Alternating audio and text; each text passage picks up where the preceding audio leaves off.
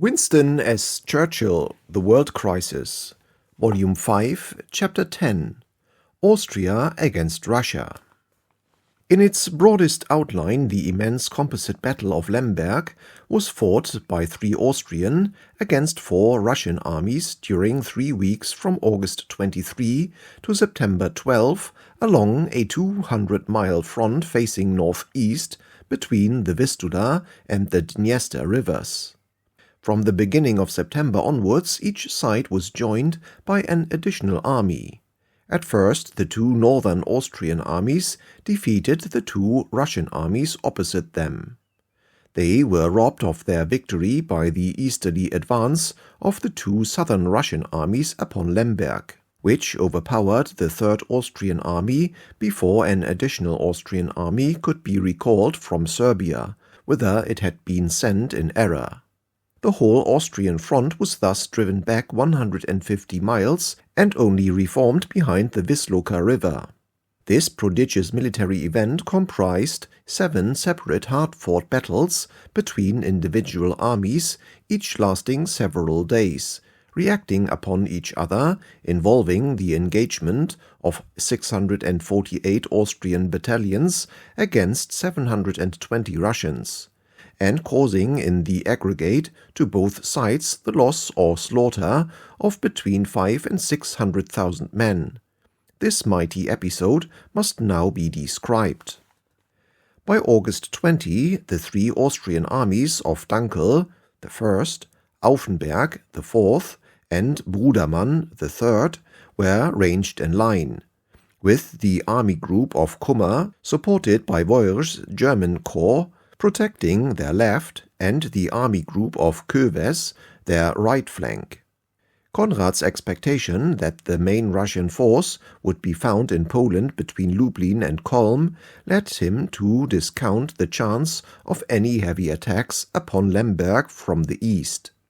He was strong in his old prepossession that, by advancing northward into Poland, he would break up and cut off large Russian masses assembled in the salient. He was still hopeful that the Germans would move southward from East Prussia to meet him. At any risk, he felt bound to attempt to forestall the full development of the Russian strength. The situation, as he saw it, was grim. In Serbia, the offensive a failure, and considerable portions of the Second Army destined against Russia involved. In East Prussia, the German army in retreat, the stroke towards Südlitz not to be counted on, Romania fallen away, and her intervention on the eastern wing not come about. Russian troops on that wing thus set free, Bulgaria and Turkey in passive expectancy, Italy tending to turn hostile. In Vienna, forces behind the scenes at work, agitating against AOK. Footnote: the Armee Oberkommando, the Austro-Hungarian General Headquarters, GHQ. End of footnote. And before us the Russian superiority of force gathering to strike an annihilating blow. Nevertheless, I held fast to taking the initiative in the north, for the enemy there must be grappled, so that he should not disturb the victorious advance of the German armies against France, so that the German Eastern Army should not be given over to face a blow in isolation, and finally so that Russia should not gain time to gather together her full numerical superiority. On the 22nd, therefore, he ordered Dankel, who now lay south of the woods and marshes of the Tanev Valley, to advance northwards in the general direction of Lublin, to cross the Tanev River and occupy the high ground beyond. He ordered Auffenberg on Dankel's right to move a day later in the direction of Kulm. He ordered Brudermann to stand in front of Lemberg and cover these movements from any interference from the east. Conrad expected, and events did not belie him, that all 3 armies would come into contact with the enemy on the 26th. He did not feel in immediate danger from the east. He hoped to find his prey in the north. All was now ready. He could wait no longer. With many misgivings and heart-searchings, veiled or deadened by a fatalistic mood, he gave the signal. Forward then! And forward went the imperial and royal armies over the broad rolling landscape, their gay uniforms vivid in the August sunshine, their many races and divergent loyalties held together by the discipline and mechanism of war and caught in the momentum of events. The command of the Russian southwest front was entrusted to General Ivanov. The four armies of Salza, the 4th, Pleve, the 5th, Ruzsky, the 3rd, and Brusilov, the 8th, deployed in that order from north to south along the Galician frontier from Ivangorod to Romania. Together they comprised nearly 1,200,000 men. The Russian high strategy was clairvoyant. The Stavka was acutely sensible of the peril being struck at from both sides of the Polish salient. The basis of General Ivanov's plan against Austria was the advance of a mass attack not from the north but from the east. Brusilov's 8th and Ruzsky's 3rd armies, with 8 corps assembled in the Lutsk, Dubno, and Proskurov areas, were to march westward across the East Galician frontier with their right on Lemberg and their left on the Dniester. This straightforward invasion, beginning on August 1819 and crossing the frontier by the 22nd, was expected to cause the Austrians to assemble their main strength about Lemberg and give battle there facing east. Meanwhile, Pleve's army, with 4 corps, was concentrating at Kolm, some 60 miles to the northwest facing south. It was to leave its concentration zone about the 22nd to be in time to come down upon the Austrian northern flank when the battle towards Lemberg began. Salza's army, with 3 corps still further to the west between Kolm and the Vistula, was to move south about the same time as the 5th towards the line of the Sun River and beyond. It would thus be ready to cut off the enemy's probable line of retreat westwards to Przemysl and Krakow. Their retreat southward across the Dniester and the Carpathians would be prevented by Brusilov on the left or southern flank. To sum up, Ivanov expected that Conrad would seek to invade Russia in an easterly direction and that he would speedily encounter front to front the armies of Ruzsky and Brusilov, who were advancing to meet him. Meanwhile, the armies of Salza and Pleve would swing steadily round from the north and strike the advancing Austrians on their left flank and rear. Both commanders were, as we see, equally in the dark about each other's plans. In fact, their assumptions were in each case exactly contrary to the facts. The Russian right, seeking to turn Conrad's left, met his main offensive, and Conrad's right wing was soon overweighted by the advance of the 2 armies of the Russian left. The Battle of Krasnik. General Ivanov had not intended Salza's Russian 4th Army to leave its concentration zone about Lublin until its mobilization was completed and all its transport had arrived. The Grand Duke, believing that the Austrian main force was about Lemberg ready to advance eastward, did not expect that Salza would encounter any serious opposition. The remainder of the transport and late arrivals could overtake the army in the march. He ordered it, therefore, against Ivanov's judgment, to advance across the Sun River to a position west of Przemysl, where it could cut any retreat of the Austrians westward through the Krakow corridor. By the afternoon of the 22nd, Salza reached the line of the Wisnica stream. Although not a single man of his reserve divisions had yet come up, his army resumed its southward march at daybreak on the 23rd, and his advanced guards soon reached that same high ground overlooking the Tarnów valley, up which Dunkel's Austrians were already toiling. This direct collision head-to-head of the Austrian 1st and Russian 4th armies led to the Battle of Krasnik. The line of contact ran very nearly east and west. The country was open and the troops on both sides were eager to engage. The long stored-up peacetime ammunition was plentiful. The infantry fighting was at 1,200 or 1,500 yards, and the troops were on the top of the ground maneuvering without trenches in an encounter battle such as most of the generals of all the countries had pictured to themselves would occur at the outset of a great war.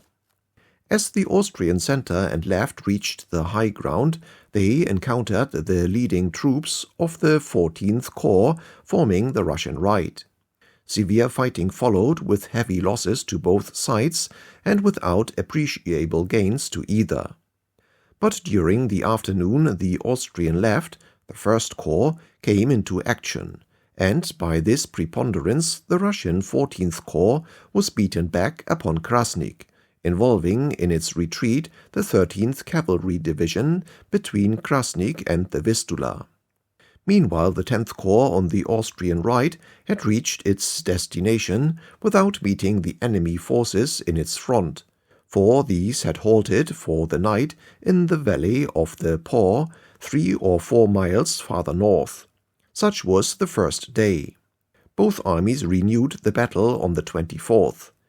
General Salza, persisting in his orders to cross the line of the Sun as soon as possible, ordered his center and left corps, the 16th and Grenadiers, which had not yet been engaged, to storm the high ground north of the Tanev. Here they met Dunkel's 5th and 10th Corps in stern conflict. The Austrian left had meanwhile continued its attack upon the Russian 14th Corps, and the whole force of both armies was thus in action. By nightfall the Austrian superiority of numbers, 144 battalions to 104, bore the Russians backwards, and darkness found the Russians still clinging tenaciously to the high ground about Krasnik, having been driven back about 3 miles. Taking advantage of the success of his 1st Corps, and keeping in mind also the dominant intention of forcing the enemy eastwards, General Dunkel, whose conduct of the battle was skillful, ordered his right and center corps to hold fast on the 25th, while his left continued its advance across the Wisnica, and then to turn east to attack the flank and rear of the Russian resistance east of Krasnik. Under this pressure and threat of envelopment, the Russian 14th Corps at last gave way, and the Austrians' further advance eastward caused in turn the rapid withdrawal of the Russian 16th Corps, followed by the Grenadier Corps, to a new line 4 miles in rear. So far the victory in this hard-fought battle rested with the Austrians. They had turned the enemy's right flank, and in straightforward open fighting had driven him back at least 7 miles. These two armies, each of nearly 200,000 strong, had now fought all day for 3 days, and had lain exhausted on the ground at night. The slaughter had been severe. At least 40,000 men had been killed or wounded, and in addition the Russians had lost more than 6,000 taken prisoners and 28 guns. The news of heavy and adverse fighting around Krasnik caused bewilderment at the Stavka. The Grand Duke and his staff, although their forces were far better disposed strategically, were under as complete a misconception of the situation as was Conrad. Neither the Grand Duke nor General Ivanov could believe that the enemy were still unconscious of or ignoring the advance of the main Russian mass of attack across the East Galician frontier towards Lemberg. At both Russian headquarters it was believed that the Fourth Army had merely run into an isolated Austrian force of unexpected strength posted to protect the northern flank of a main Austrian battle front facing east. They believed that at least 2 and possibly 3 Austrian armies were ranged about Lemberg, or were perhaps even advancing to meet the armies of Ruzsky and Brusilov. There could not therefore be any important surplus available to support the Austrian army which had taken Krasnik. Accordingly, it was decided to encircle and crush that army. The Russian Ninth Army, newly forming at Ivangorod for the advance into Germany, was ordered to send its 18th Corps southwards to reinforce the right of the Fourth Army and turn Dunkel's left. The Russian Fifth Army, Pleves, on the immediate left of the Fourth, was ordered to make a right wheel against the flank and rear of the unexpected opposition in front of its neighbor. The blame for the defeat at Krasnik was laid on General Salza. He had failed to reconnoitre the wooded country of the Tanev before involving himself in it. He had made bad arrangements for intercommunication. He had failed to use the Vistula as protection for his right flank.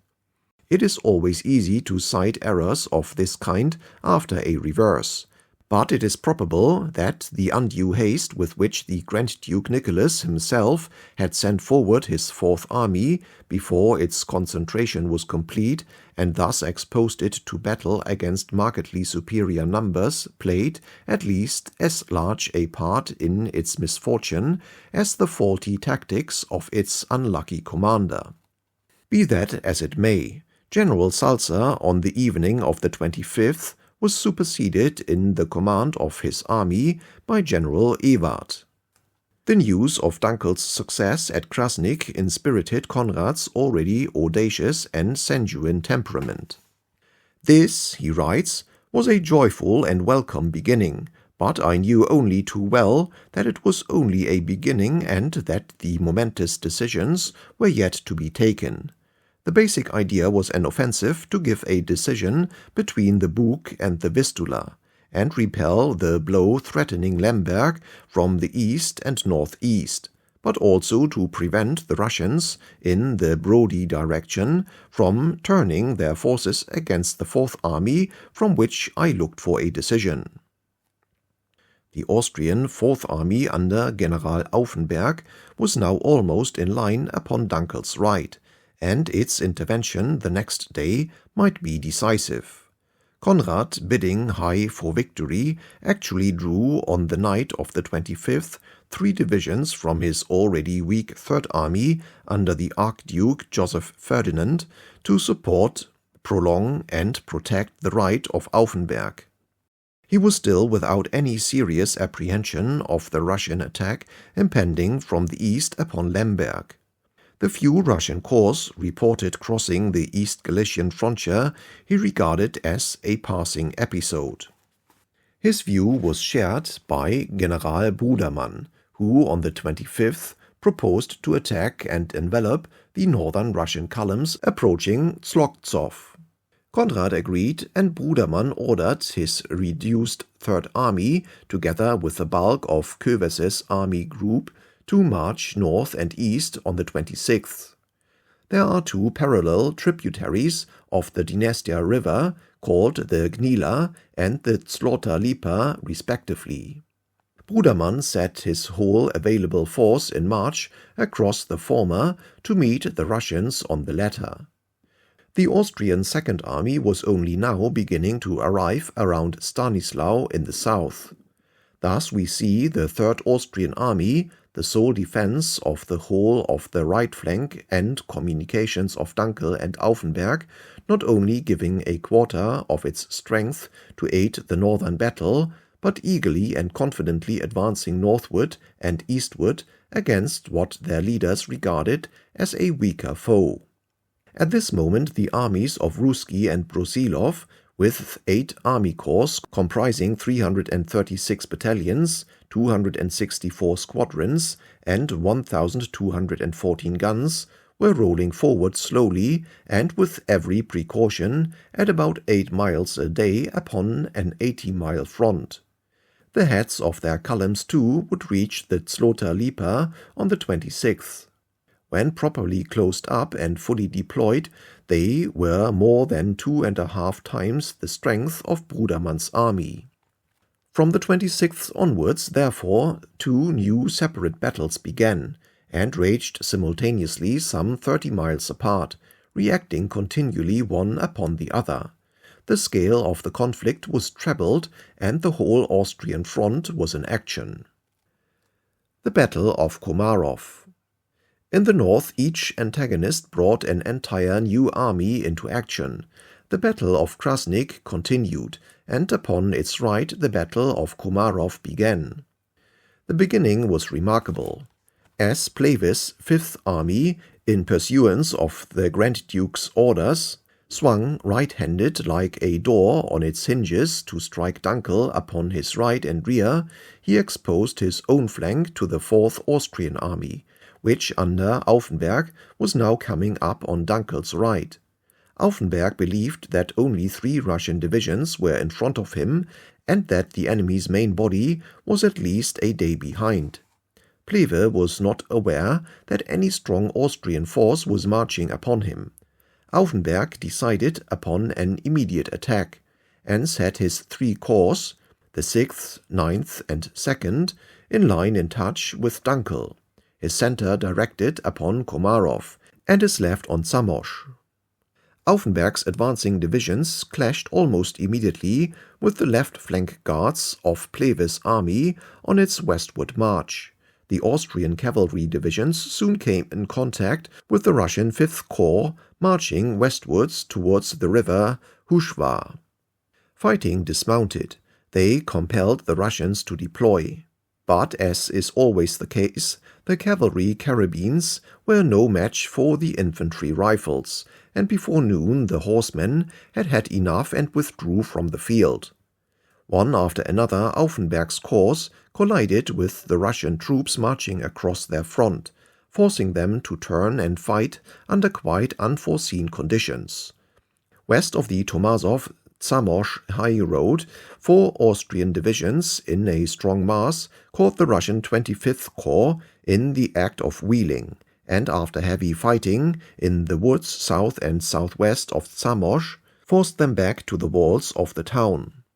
By the evening of the 26th, the 2 flanks of the Austrian Fourth Army were thus 5 to 10 miles in front of its center, and Auffenberg indulged hopes of surrounding the enemy, whom he still rated at only 3 or 4 divisions. Plehve, equally misinformed, ordered his 4 corps to continue the westward wheel against Dunkel. Confused fighting and a series of disconnected clashes marked the 27th. Each side found their enemy far stronger at every point than was expected. The Austrians' attack was prejudiced by the misfortune or misconduct of its cavalry.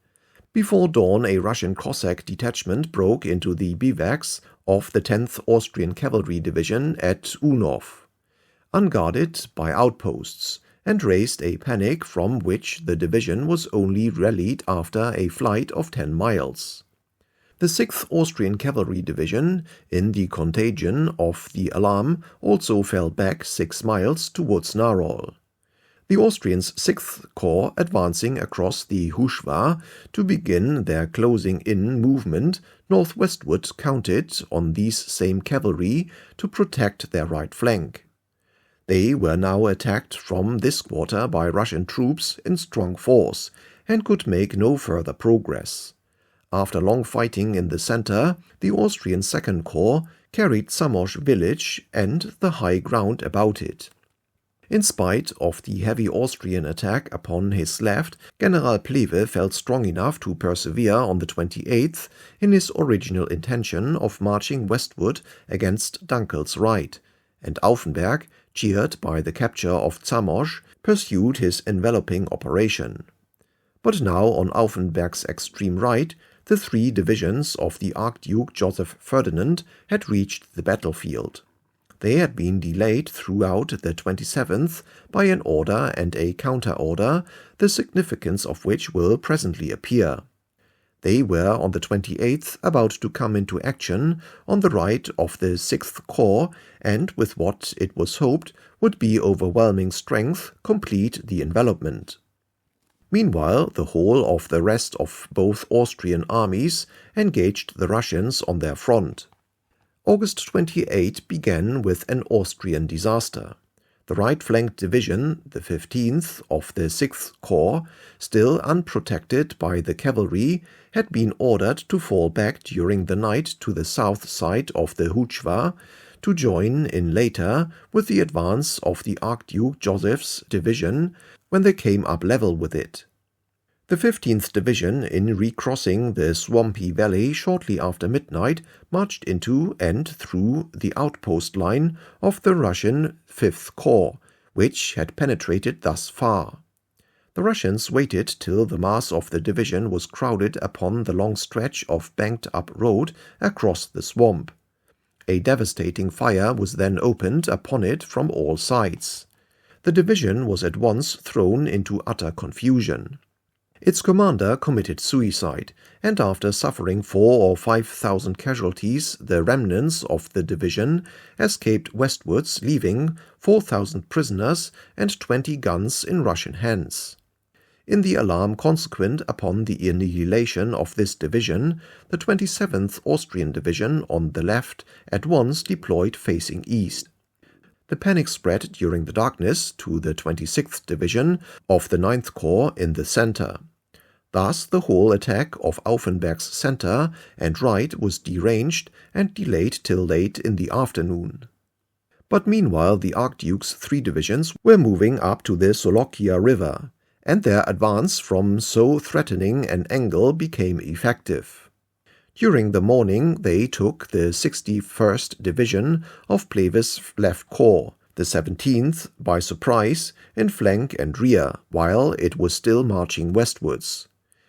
It fled in disorder across country to the north, leaving many prisoners and 40 guns in the Archduke's hands. His center was, however, arrested by heavy Russian artillery fire shortly after crossing the river, and his left crossing at Unov, hurrying forward without waiting for its guns, was brought to a standstill by Russian infantry. General Auffenberg now threw in a division he had held in reserve, which, crossing the Solokia west of Unov after fighting lasting into the night, forced the left flank guard of the Russian 5th Corps back on the main body about Lastsov. General Auffenberg's encircling movement was now reaching its climax. The 17th, 5th and 19th Russian Corps were in the net which he was striving to draw around the Lastsov, Tomasov, Tamosh battle zone. The whole of both Austrian armies renewed the battle on the 29th. The Archduke's division swung left-handed westward towards the Huchva stream. The 17th and 6th Corps pinned the enemy between that stream and Tomasov. The 9th Corps continued its attack upon Komarov, while the 2nd Corps bent eastwards from Zamość towards the north of Dub. Meanwhile Dunkel pressed forward against Ewart. Thus far the Austrian plans in the north had prospered.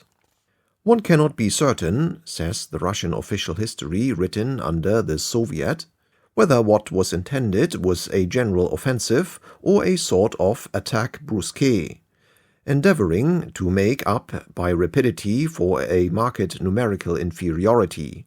This impetuosity and this idea of a sudden violent thrust disconcerted our 4th and 5th armies, whose movement was slow and long drawn out, and which were in no way prepared for an encounter battle.